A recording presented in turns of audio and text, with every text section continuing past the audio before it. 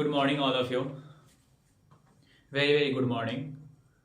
मैं अभिनंदन कुमार आप सभी को अपने YouTube channel divine classes and institution of education पे हार्दिक अभिनंदन करता हूँ। हम लोगों ने पिछले वीडियो में देखा था कि प्रोग्रामिंग लैंग्वेज क्या होती है, इसके बारे में समझने का प्रयास किया था मैंने। आप इस लेक्चर को, जो लेक्चर 3 मैं अपलोड करने वाला हूँ, इससे पहले आप लोग क्या कीजिएगा, लेक्चर 2 को वॉच कर लीजिएगा और लेक्चर 1 को। आज की क्लास में हम लोग बात करने वाले हैं जनरेशन ऑफ प्रोग्रामिंग लैंग्वेज के बारे में। कब कौन सी जनरेशन में प्रोग्रामिंग लैंग्वेज आई, कौन कौन सी लैंग्वेजेस आई, उसका क्या यूजेज रहा, उसके बारे में हम लोग जिक्र करने वाले हैं। तो चलिए हम लोग समझने का प्रयास करते हैं कि प्रोग्रामिंग लैंग्वेज क्या होता है। तो प्रोग्रामिंग लैंग्वेज के बारे में सबसे पहले संक्षेप में मैं बता दूं आपको, तो वैसा भाषा जिसके सहारे, वैसा भाषा जिसके सहारे हम कंप्यूटर से क्या करते हैं, कम्युनिकेशन करते हैं। कम्युनिकेशन मतलब वार्तालाप करते हैं, उसी को बोलते हैं प्रोग्रामिंग लैंग्वेज। अर्थात अगर बोला जाए तो the language which is used to give instruction to the computer is known as programming language. इसको एक और लैंग्वेज में बोल सकते हो आप, एक और तरीका से बोल सकते हो, अनदर मेथड से, कि प्रोग्रामिंग भाषा एक ऐसी भाषा है जिसमें हम लोग बहुत सारे अल्फाबेट, कैरेक्टर, सिंबल्स वगैरह का यूज करके कंप्यूटर को क्या देते हैं, निर्देश देते हैं। क्या करते हैं, निर्देश देते हैं। तो कह सकते हैं एक प्रकार से कम्युनिकेशन बनाने का जो भाषा का जो यूज किया जाता है, उसी को हम लोग बोलते हैं प्रोग्रामिंग भाषा।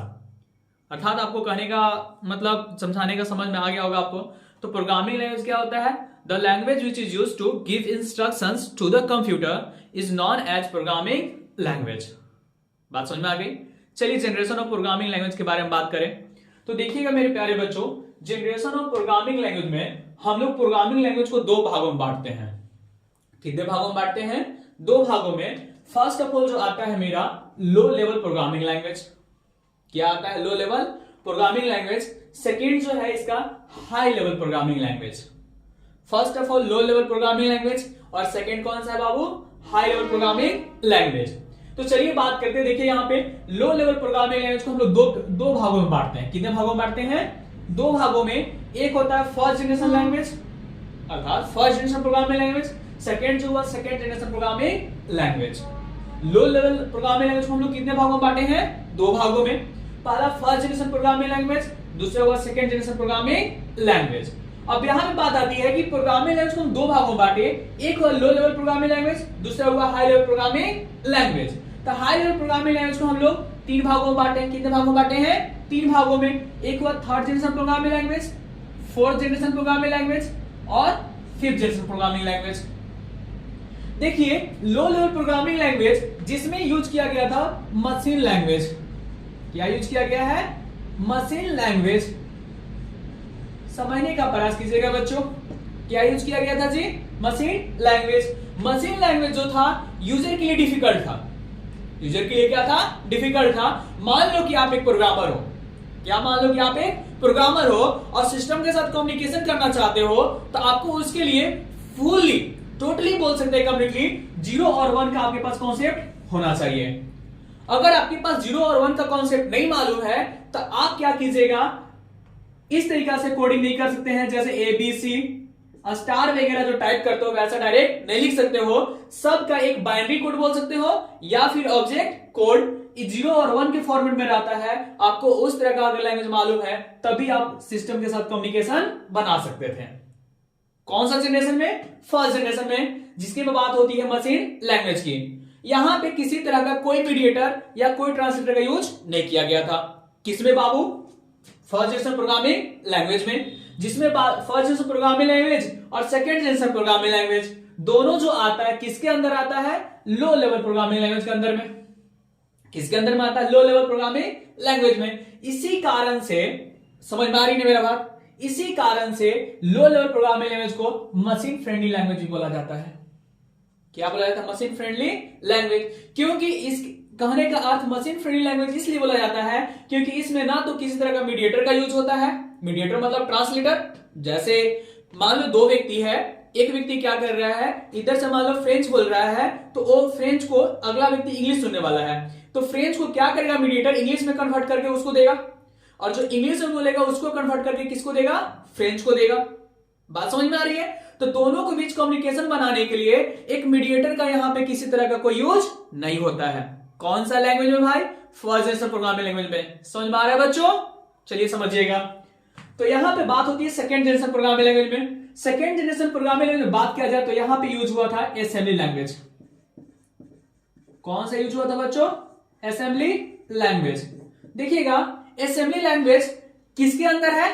तो लो लेवल प्रोग्रामिंग लैंग्वेज के अंदर में। यहां पे जो यूज किया गया था, बोल सकते हैं ट्रांसलेटर यूज हुआ था, लेकिन उतना पूरी तरह से वो कंप्लीटली नहीं था। यहां पे इसमें एक ट्रांसलेटर यूज हुआ जिसका नाम था असेंबलर। क्या नाम था बाबू? असेंबलर। किसके अंदर में बात कर रहे हैं हम? सेकेंड जनरेशन प्रोग्रामिंग लैंग्वेज के अंदर में। और सेकेंड जनरेशन प्रोग्रामिंग लैंग्वेज किसके अंदर में आता है? तो लो लेवल प्रोग्रामिंग लैंग्वेज के अंदर में। यहां पे किसी तरह का कोई ट्रांसलेटर का यूज नहीं किया गया था फर्स्ट में, लेकिन सेकेंड जनरेशन में एक ट्रांसलेटर का यूज हुआ जिसको हम लोग क्या बोलते हैं? असेंबलर। क्या बोलते हैं बाबू? असेंबलर। इसमें जो कोडिंग का फॉर्मेट था, जैसे मशीन लैंग्वेज में कोडिंग का फॉर्मेट बताया ना जस्ट। मशीन लैंग्वेज में कोडिंग का फॉर्मेट क्या था? 0 और 1। इसी प्रकार से असेंबलर में बात किया जाए। किसमें बात किया जाए? असेंबलर में। तो असेंबलर में जो कोडिंग का फॉर्मेट था वो क्या था? Pneumoniae code. क्या था छोटू? Pneumoniae code. बात समझ में आ रहा है? सेकेंड जनरेशन में एक ट्रांसलेटर यूज हुआ जिसका नाम क्या था? असेंबलर। क्या नाम था जी? असेंबलर। चलिए समझते हैं, बारीकी समझेंगे हम लोग। निमोनी कोड कहने का मतलब क्या हुआ? देखिए जैसे आप पूरा जानते हो कि एडिशन को क्या बोलते हैं? ADDITION, लेकिन यहां पे ऐसा नहीं है। उसको शॉर्ट फॉर्मेट में, जैसे ADD एडिशन को, सब्ट्रैक्शन को SUB। मतलब बोल सकते हैं कि छोटे छोटे कंपोनेंट में, क्या जी? छोटे छोटे कंपोनेंट में क्या किया गया था? यूज किया गया था। मतलब बोल सकते हैं कि एक प्रकार से मीडिएटर का यूज हुआ, लेकिन पूरी तरह से यूजर के लिए यूजफुल नहीं रहा। बात समझ में आ रहा है? तो क्यों बोलते हैं लो लेवल प्रोग्रामिंग लैंग्वेज को मशीन फ्रेंडली लैंग्वेज? आप लोगों को समझ में आ गया होगा। चलिए एक बार फिर से बता देते हैं कि लो लेवल प्रोग्रामिंग लैंग्वेज ऐसा प्रोग्रामिंग लैंग्वेज है जिसमें किसी तरह का कोई ट्रांसलेटर का यूज नहीं किया गया था। बात समझ में आ रही है? फर्स्ट जनरेशन प्रोग्रामिंग लैंग्वेज में एक लैंग्वेज का यूज किया गया जिसका नाम था मशीन लैंग्वेज। क्या नाम था जी? Machine language. इसमें जो कोडिंग का फॉर्मेट था 0 और 1। कोडिंग मतलब समझ रहे हो ना? कंप्यूटर को निर्देश देना। कोडिंग मतलब क्या बाबू? कंप्यूटर को निर्देश देना। कंप्यूटर को निर्देश देने का जो तरीका था, जो फॉर्मेट था मेरे पास, वो कौन सा था? 0 और 1। इसके अलावा मेरे पास कोई और व्यवस्था नहीं था। अब यहां पे बात आती है सेकेंड जनरेशन में। तो सेकेंड जनरेशन में एक यूज किया गया प्रोग्रामिंग लैंग्वेज का जिसका नाम था असेंबलर। क्या नाम था बाबू? असेंबलर था। यहां पे बात कीजिएगा असेंबली लैंग्वेज था। असेंबली लैंग्वेज के अंदर एक ट्रांसलेटर का यूज किया गया। किसका यूज किया गया था? एक ट्रांसलेटर का यूज किया गया जिसको हम लोग बोलते हैं असेंबलर। क्या बोलते हैं बाबू? असेंबलर बोलते हैं। असेंबलर में जो एक ट्रांसलेटर यूज तो किया गया, लेकिन वो पूरी तरह से यूजर के लिए यूजफुल नहीं रहा। क्लियर आ रहा है समझ में? इसका जो कोडिंग फॉर्मेट था असेंबली लैंग्वेज का क्या था? Pneumoniae code. क्या था? निमोनी कोड, जो था 0 और 1 के, जो था स्मॉल इंग्लिश वर्ड का। मतलब उसको शॉर्ट छोटे छोटे कंपोनेंट में डिस्ट्रीब्यूट करके क्या करते थे हम लोग? यूज करते थे। क्लियर आ रही है बात समझ में? चलिए एक क्लियर हो गया। अब कब से कब चला अभी बताने वाले हैं, वेट। यहां पे देखिए, तो प्रोग्रामिंग लैंग्वेज को दो भागों में बांटे थे। एक था आपका लो लेवल प्रोग्रामिंग लैंग्वेज, दूसरा था high level programming language. High level programming language को हम लोग 3 भागों में बांटे हैं। कितने भागों में बांटे हैं? 3 भागों में। Third generation programming language, fourth generation programming language, fifth generation programming language. Generation कहने का अर्थ क्या होता है छोटू? तो बाबू होता है, जनरेशन कहने का अर्थ होता है बाबू पीढ़ी। क्या होता है छोटू? पीढ़ी। समझ में आ रहा है ना जी? चलिए, तो चौथी पीढ़ी, तीसरी पीढ़ी, चौथी पीढ़ी, पांचवी पीढ़ी। तीसरी पीढ़ी में आपका जो यूज किया गया बहुत सारे लैंग्वेजेस आए, फोर्थ में भी आए, फिफ्थ में भी आए। लेकिन यहां पे एक चीज मेरे लिए ये अच्छा रहा कि यहां पे एक मीडिएटर का खास तौर पे यूज किया गया जो यूजर के लिए बहुत ही यूजफुल रहा। बातें समझ में आ रही है मेरा? हम क्या कहना चाहते हैं? यहां पे बोल सकते हो हाई लेवल प्रोग्रामिंग लैंग्वेज के अंदर में एक मीडिएटर का यूज किया गया। मीडिएटर यानी ट्रांसलेटर का यूज किया गया, जो बोल सकते हो यूजर के लिए, यूजर मतलब जो प्रोग्रामर के लिए जो इंस्ट्रक्शन देता है कंप्यूटर को, उसके लिए क्या रहा? बहुत ही ज्यादा यूजफुल रहा। क्लियर है? आ रहा है बात समझ में? चलिएगा, अब आपको एक चीज समझ में आ रहा होगा सर कि आप प्रोग्राम बोल रहे हैं, प्रोग्रामिंग बोल रहे हैं, प्रोग्रामर बोल रहे हैं, ये सब क्या बोल रहे हैं आप? तो सुनना छोटे से, एकदम छोटे छोटे वर्डों में बता रहे हैं आपके लिए ताकि समझ में आ सके। देखिए, प्रोग्रामर उसको बोलते हैं, प्रोग्रामर उसको बोलते हैं जो कंप्यूटर को निर्देश देता है। प्रोग्रामर किसको बोलते हैं बाबू? जो कंप्यूटर को निर्देश देता है, यानी कहने का मतलब क्या हुआ? जो कंप्यूटर को इनपुट देता है। सीधा सा बात, क्या करता है? कंप्यूटर को इनपुट देता है। तो the person who makes the program, the person give instruction to the computer, the person give instruction to the computer is known as programmer. बात समझ में आ रहा है? अब प्रोग्रामिंग किसको बोलते हैं? जैसे मान लो आप सिस्टम में बैठे हुए हो, आपके एक फ्रेंड है, समझ में आ रहा है छोटू? आराम से समझिएगा। एक मान लीजिए उधर से आपके प्रिय दोस्त हैं, पूछे क्या कर रहे हो बाबू, क्या कर रहे हो मित्र? तो क्या बोलोगे? प्रोग्रामिंग कर रहे हैं। तो कैसे प्रोग्रामिंग बोल सकते हैं? कैसे प्रोग्रामिंग भाई? तुम तो कंप्यूटर को निर्देश दे रहे हो। तो देखिए, the process of making a program, एक प्रोग्राम बनाने का जो तरीका होता है, जो प्रोसेस होता है, उसी को हम लोग बोलते हैं प्रोग्रामिंग। क्या बोलते हैं उसको? Programming. The process of making a program, कैसे? The process of making a program is known as programming. बात समझ में आई? प्रोग्राम क्या होता है, प्रोग्रामर क्या होता है? क्लियर है? समझ में आ गया ना? जो व्यक्ति कंप्यूटर को निर्देश देता है वो कहलाता है प्रोग्रामर, और जो एक प्रोसेस होता है बनाने का, उसी को क्या बोलते हैं? प्रोग्रामिंग बोलते हैं। The process of making a program is known as programming. The person who makes the program is known as, क्या बोलेंगे उसको? प्रोग्रामर बोलेंगे। समझ में आ गई ना? कोई डिफिकल्ट नहीं है। चलिए, तो देखिए यहां पे क्या, थर्ड जनरेशन, फोर्थ जनरेशन और फिफ्थ जनरेशन, थर्ड, फोर्थ और फिफ्थ जनरेशन, तीनों में बात किया जाए तो तीनों में मीडिएटर का यूज किया गया था। किसका यूज किया गया था? मीडिएटर का यूज किया गया। मीडिएटर एक ऐसा होता है, अभी तुरंत बताए हैं, जिसको बोलते हैं ट्रांसलेटर। या मीडिएटर का एक और अर्थ समझ सकते हो, दो लोगों के बीच सामंजस्य बनाने का जो कार्य करता है, उसी को बोलते हैं मीडिएटर। सुलभता जिसको बोल सकते हो भाई। तो यहां पे कहने का अर्थ हुआ दो लोगों के बीच में, जैसा भी बताएं, एक कंप्यूटर है और एक मान लो एक यूजर है।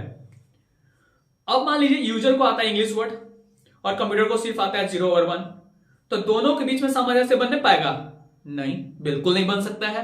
तो दोनों के बीच सामंजस्य बनाने के लिए यहां पे जो यूज किया गया मीडिएटर को, मीडिएटर क्या चीज? वो इंग्लिश भी जानता है और 0 और 1 भी जानता है।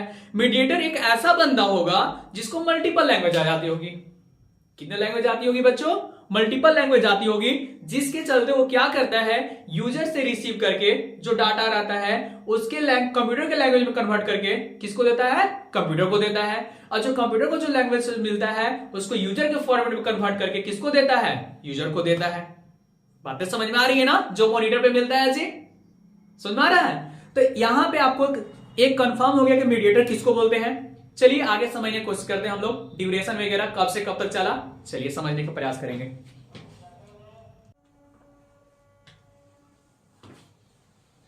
चलिए हम लोग समझने की कोशिश करते हैं जनरेशन ऑफ प्रोग्रामिंग लैंग्वेज में कब से कब तक चला और कौन कौन सा लैंग्वेजेस आई, ठीक है, किसका ड्यूरेशन कब से कब तक रहा, ये चीज समझने का हम लोग प्रयास करते हैं। अभी हम लोगों ने क्या किया, प्रोग्रामिंग लैंग्वेज को दो भागों में डिस्ट्रीब्यूट किया, कैटेगराइज किया। एक हुआ लो लेवल प्रोग्रामिंग लैंग्वेज, दूसरा हुआ high level programming language. Low level programming language में हम लोगों ने बात की कि यहाँ पे लो लेवल प्रोग्रामिंग लैंग्वेज में दो जनरेशन है, फर्स्ट जनरेशन और सेकेंड जनरेशन। फर्स्ट जनरेशन में हम लोग देखा कि मशीन लैंग्वेज थी और सेकेंड जनरेशन में कौन सा था? असेंबली लैंग्वेज थी। बातें समझ में आ रही है? अब यहां पे जो बात आती है, किसके बारे में बात कर रहे हैं हम जी? जनरेशन ऑफ प्रोग्रामिंग लैंग्वेज में तो हम लोग हाई लेवल प्रोग्रामिंग लैंग्वेज को हम लोग कितने भागों में बांटे थे? 3 भागों में। फर्स्ट ऑफ ऑल जो था यहाँ पे third generation, fourth generation, fifth generation, ये तीनों जनरेशन को हम लोग क्या बोले? हाई लेवल प्रोग्रामिंग लैंग्वेज या very high level programming language या ultra large high level programming language बोल सकते हो, यूएल, बहुत ज्यादा, ठीक है ना? तो चलिए हम लोग समझने की कोशिश करते हैं। तो जनरेशन में तो देखिए फर्स्ट जनरेशन और सेकेंड जनरेशन दोनों को क्या बोले थे हम लोग? Low level programming language. First generation कब से कब तक चला जी? तो 1940 1950। बातें समझ में आ रही है? इसमें जो कोडिंग, जिस लैंग्वेज को हम लोग क्या बोलते हैं? तो मशीन लैंग्वेज। क्या बोलते हैं इसको हम लोग? Machine language. इसमें जो कोडिंग का फॉर्मेट था क्या था मेरा? 0 और 1। क्या था? 0 और 1। बात समझ में आ रही है? सेकेंड जनरेशन में यहां पे फर्स्ट जनरेशन के बाद सेकेंड जनरेशन बात करें तो सेकेंड जनरेशन मेरा चला 1950 1958। कब से कब तक चला जी? 1950 1958। कौन सा चला जी? Second generation. कौन सा चला? Second generation 1950 1958। इसको जो बोला जाता है सेकेंड जनरेशन को क्या बोलते हैं हम लोग? Assembly language. सेकेंड जनरेशन को क्या बोलते हैं हम लोग? Assembly language. इसमें जो कोडिंग का फॉर्मेट था वो था निमोनिक कोड। क्या था बाबू? कोडिंग का फॉर्मेट निमोनिक कोड। बात समझ में आ रही है?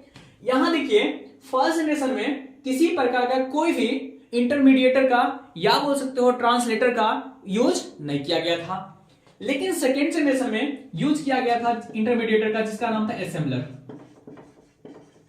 क्या नाम था? असेंबलर। बात समझ में आ रही है? इसका जो कोडिंग फॉर्मेट था क्या था? Mnemonic code. क्या था? Mnemonic code.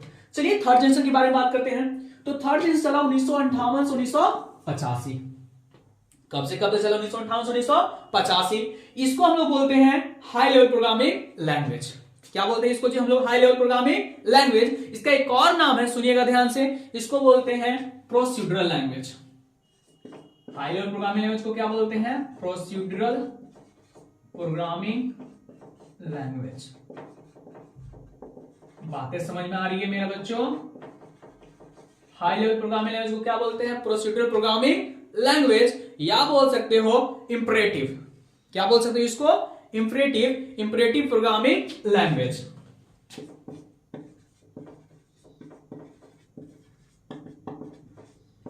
Imperative programming language.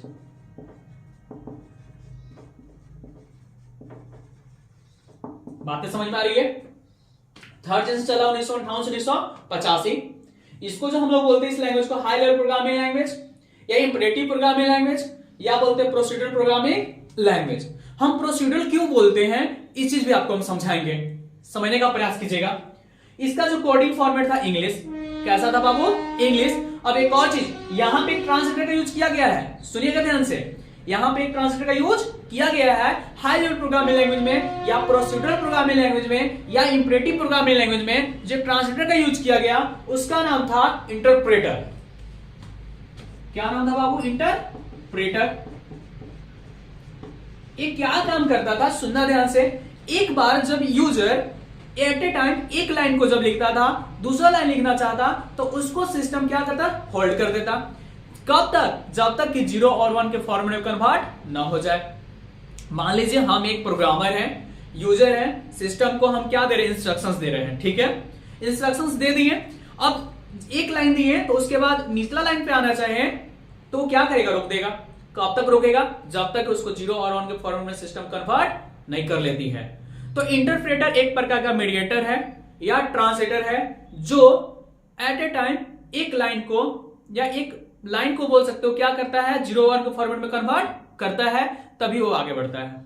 बातें समझ में आ रही है ना? चलिए, तो थर्ड जनरेशन चला 1958 से 1985। इसमें जो यूज किया गया लैंग्वेज जिसका नाम था हाई लेवल प्रोग्रामिंग लैंग्वेज या बोल सकते हो इंपरेटिव प्रोग्रामिंग लैंग्वेज या प्रोसीड्यूरल प्रोग्रामिंग लैंग्वेज। इसका जो कोडिंग का फॉर्मेट क्या था? इंग्लिश लैंग्वेज था। क्या था? English language. समझ में आ रही है? इसमें आपको बात एक और चीज आ रही होगी कि सर आप बोल रहे हैं थर्ड जनरेशन प्रोग्रामिंग लैंग्वेज, इसको हम लोग बोलते हैं procedural programming language, imperative programming language. जान गए कौन सा फॉर्मेट में कोडिंग किया जाता है, ये भी समझ गए। बातें समझ में आ रही है कि इसमें किसमें ये जो लैंग्वेज है थर्ड जनरेशन, इसमें कौन सा कोडिंग फॉर्मेट में कोडिंग किया जाता है, वो भी हम लोग समझ गए। बात समझ में आ रही है ना? इसमें कौन सा ट्रांसलेटर यूज किया गया, ये भी हम लोग जान गए। लेकिन इसके अंदर में थर्ड जनरेशन में कौन कौन सा लैंग्वेज है, कुछ बताइए। तो यहां पे देखिए कोबोल है, फॉर्ट्रेन है, सी है, पास्कल है। बातें समझ में आ रही है? ये सब जो लैंग्वेज थी कौन सा जनरेशन में आई हुई है? थर्ड जनरेशन के अंदर में। कौन सा जनरेशन के अंदर में आई हुई है बच्चों? थर्ड जनरेशन के अंदर में। चलिए अब बात करते हैं इसके बाद हम लोग फोर्थ जनरेशन का। किसके बाद बारे में बात करें? फोर्थ जनरेशन का। थर्ड जनरेशन में याद रखिएगा सी, कोबोल, फॉर्ट्रेन, पास्कल। बात समझ में आ रही है? एल्गोल, बेसिक, ये सब जो लैंग्वेजेस है किसका है? थर्ड जनरेशन का। ठीक है ना? चलिए बात करते हैं फोर्थ के बारे में बात कर रहे हैं। देखिए फोर्थ जनरेशन जो बच्चों ये चला 1985 से 1992। कब से कब तक चला? 1985 से 1992। इसको जो हम लोग बोलते हैं very high level language. Fourth generation को क्या बोलते हैं हम लोग? Very high level language. समझने का प्रयास कीजिएगा।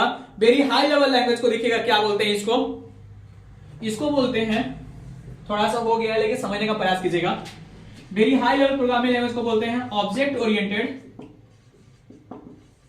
Oriented programming language. क्या बोलते हैं बच्चों? Object oriented programming language. समझ में आ रही है बात? क्या बोलते हैं, ऑब्जेक्ट ओरिएंटेड प्रोग्रामिंग लैंग्वेज।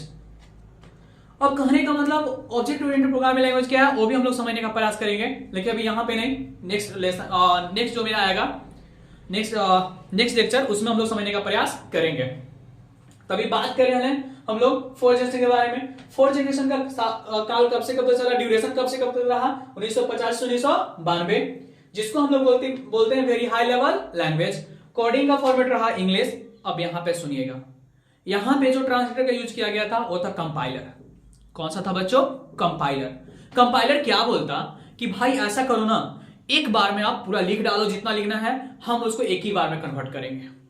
तो यूजर के लिए बेस्ट रहा कि हाँ भाई चलो जितना कोडिंग करना है एक बार में पूरा कोडिंग कर लेते हैं, उसके बाद जब कंप्लीट हो जाएगा तो उसको क्या कर देंगे, जीरो और उनके फॉर्मेट में कन्वर्ट कर देंगे। बातें समझ में आ रही है। तो कंपाइलर भी बोल सकते हैं एक प्रकार से यूजर फ्रेंडली क्या रहा, इंटरमीडिएटर रहा, या बोल सकते हो ट्रांसलेटर रहा। कोई दिक्कत समझ में आ रही है ना। चलिए, तो फोर्थ जनरेशन 1950 से 1992 एकदम याद रखिएगा, इसको बोलते हैं वेरी हाई लेवल लैंग्वेज। इसमें एक ट्रांसलेटर यूज किया गया जिसको बोला गया compiler. Very high level language का दूसरा नाम जो था यहां पे क्या चीज था, ऑब्जेक्ट ओरिएंटेड प्रोग्रामिंग लैंग्वेज। क्या था, object oriented programming language. Third generation को बोलते हैं प्रोसीड्यूरल लैंग्वेज, बोलते हैं ना। तो फोर्थ को क्या बोलेंगे, नॉन प्रोसीड्यूरल लैंग्वेज। हम नहीं लिख रहे हैं लेकिन समझने का प्रयास कीजिएगा। फोर्थ जनरेशन को क्या बोलते हैं, नॉन प्रोसीड्यूरल लैंग्वेज। इसमें जो कोडिंग का फॉर्मेट था वो क्या था, इंग्लिश। क्या था बच्चों, इंग्लिश लैंग्वेज था। क्लियर है, बात समझ में आ रही है। अच्छा, एक और बात, सी में जैसे बताया सर कि यहां पे ए प्रोग्रामिंग लैंग्वेज आई, तो वैसे फोर्थ में भी तो आई होगी ना, बिल्कुल आई है। यहां पे समझने की कोशिश कीजिएगा, फोर्थ जनरेशन प्रोग्रामिंग लैंग्वेज में SQL, structure query language, oracle, C++, जावा, पाइथन, पायरल, सेल। फिर से समझ लीजिए एक बार, जो बता रहे हैं नोट डाउन कर लीजिएगा। C++, जावा, पाइथन, एसक्यूएल, ऑरेकल, सेल। बात समझ में आ रही है। पायरल, ये सब क्या है, एक प्रकार का प्रोग्रामिंग लैंग्वेजेस है। बातें समझ में आ रही है ना। ये सब किसके अंदर आया, फोर्थ जनरेशन प्रोग्रामिंग लैंग्वेज के अंदर में। देखिए और भी लैंग्वेजेस है, स्क्रिप्टिंग प्रोग्रामिंग लैंग्वेजेस भी है, जैसे HTML, CSS जानते होंगे, जावा स्क्रिप्ट जानते होंगे, बूटस्ट्रैप जानते होंगे। ये सब लैंग्वेजेस भी आई हुई है। मेरा पिछला जो प्रीवियस जो लेक्चर है उसको जाकर के प्लीज वॉच कर लीजिएगा और बेटर आपका क्लियर हो जाएगा। बात समझ में आ रही है ना। चलिए, अब इसके बाद बात करते हैं हम लोग फिफ्थ जनरेशन प्रोग्रामिंग लैंग्वेज का। किसके बारे में बात कर रहे हैं हम लोग, फिफ्थ जनरेशन प्रोग्रामिंग लैंग्वेज के बारे में। तो फिफ्थ जनरेशन देखिए 1992 से जो चल रहा है सो चल रहा है। फिफ्थ जनरेशन 1992 से जो चल रहा है, अभी तक इसका एंड नहीं हुआ है। इसमें इस फिफ्थ जनरेशन प्रोग्रामिंग लैंग्वेज को हम लोग क्या बोलते हैं, artificial intelligence, AI। Artificial intelligence, AI। इसका जो कोडिंग फॉर्मेट था, कोडिंग फॉर्मेट जो है इसका भी इंग्लिश ही है। क्या है, इंग्लिश ही है। किसका, AI का।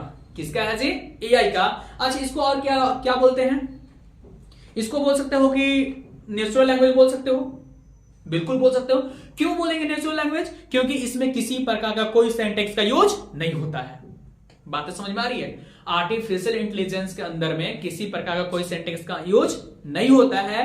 ये यूजर के लिए बहुत ही ज्यादा फ्रेंडली है। जैसे सिंपल से इंग्लिश वर्ड में लिखते हैं ना, वैसे ही लिखते जाओ। यहाँ पे कोई इज, एम, आर ऐसा ग्रामेटिकल रूल वगैरह नहीं है। डायरेक्ट आप क्या करो, और यूजर के लिए फ्रेंडली है, नेचुरल लैंग्वेज है एकदम। किसी प्रकार का कोई सेंटेक्स वगैरह लर्न करने की जरूरी आपको नहीं है।